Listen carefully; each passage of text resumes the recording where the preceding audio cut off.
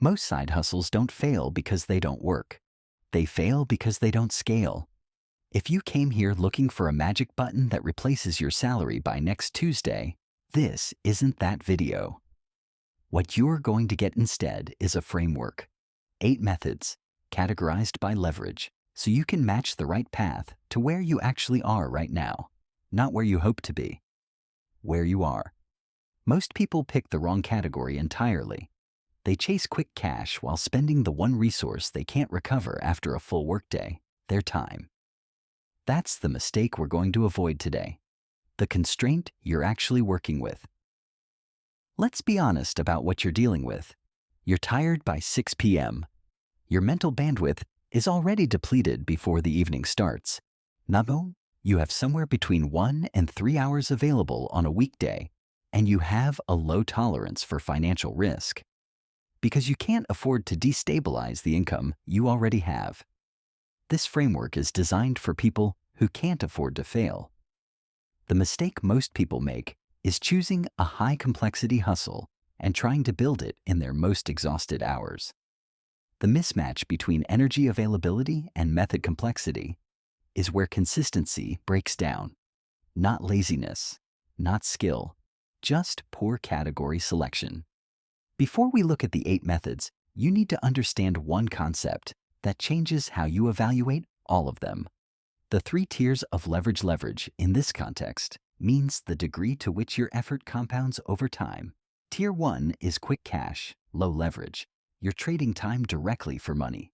It pays fast, but it has a hard ceiling. The moment you stop, it stops. Tier 2 is skill-based income, moderate leverage.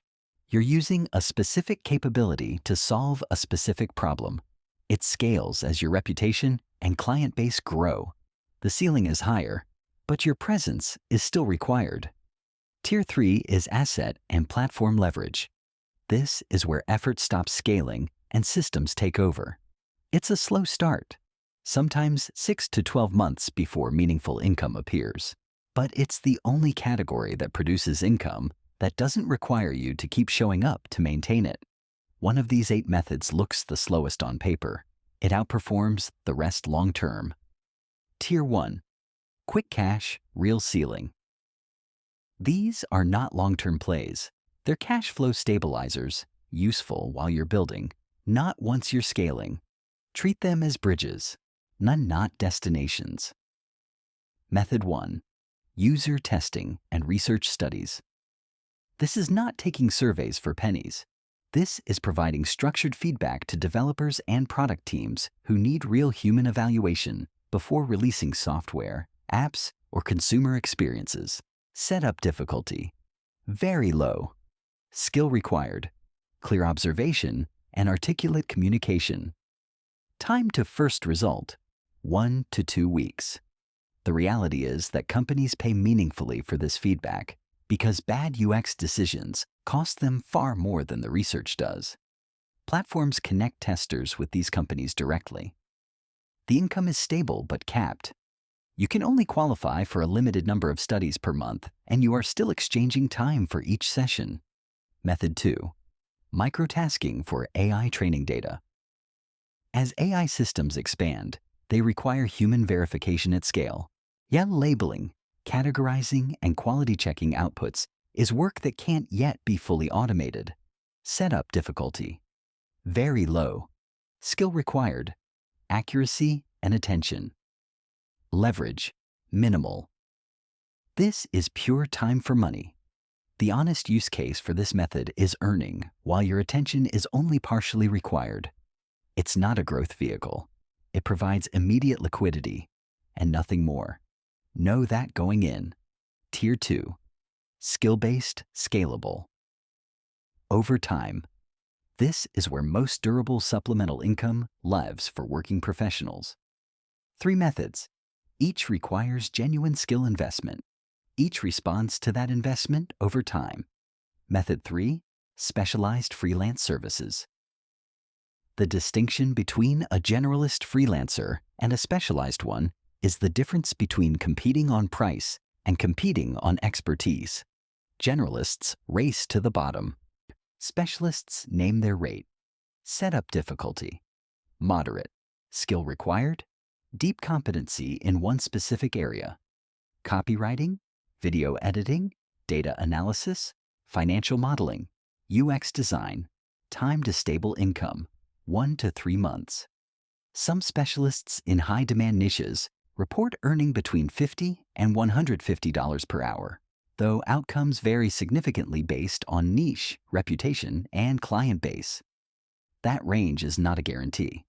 It's a signal of what skill differentiation can eventually produce.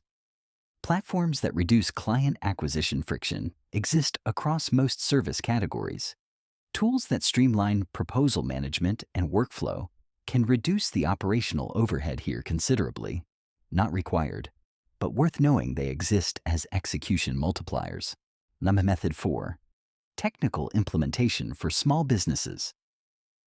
Most small businesses have the budget for technology and none of the time or knowledge to implement it. Email automation, booking systems, basic web presence, payment processing setup. These are problems that get ignored for months because the owner doesn't know where to start. Setup difficulty: moderate. Skill required: working knowledge of common business tools, not development expertise. Risk: low if you set clear expectations up front. You are not building products. You are connecting existing tools to help an established business run more efficiently. The work is practical, the demand is consistent, and the relationship often extends into ongoing maintenance. Method 5. Remote executive assistants and project management founders and senior operators at growing companies consistently need a second brain. Someone who can own the calendar, manage the inbox, coordinate across teams, and make sure nothing slips. Setup difficulty: low to moderate. Time commitment: typically 5 to 15 hours per week per client. Leverage type: relationship and process ownership. What makes this category different from generic virtual assistants is that it compounds through trust. A reliable operator who understands how a business thinks becomes harder to replace over time. That's a different kind of leverage. Not asset leverage, but relationship leverage, which has its own compounding curve. Tier 3. Asset building, the long game? 2 methods. Neither pays quickly. Both produce what nothing in Tier 1 or Tier 2 can: income that isn't directly attached to the hours you work to earn it. Method 6. Digital product libraries. This is the transition from doing work to selling the system behind the work. If you've solved a specific problem well enough to charge for your time solving it, you can likely package that solution into something others will pay for without your involvement. Setup difficulty: high. Time to meaningful income: 3 to 12 months. Leverage type: asset-based. Templates, structured guides, specialized spreadsheets, workflow systems, technical references. These are created once and sold repeatedly. The work is entirely front-loaded. The first 3 months often produce nothing, which is exactly where most people exit. Thus, that exit is the reason the remaining people don't face much competition. Website builders that reduce storefront setup time and email tools that allow direct audience ownership have made this category considerably more accessible than it was a few years ago.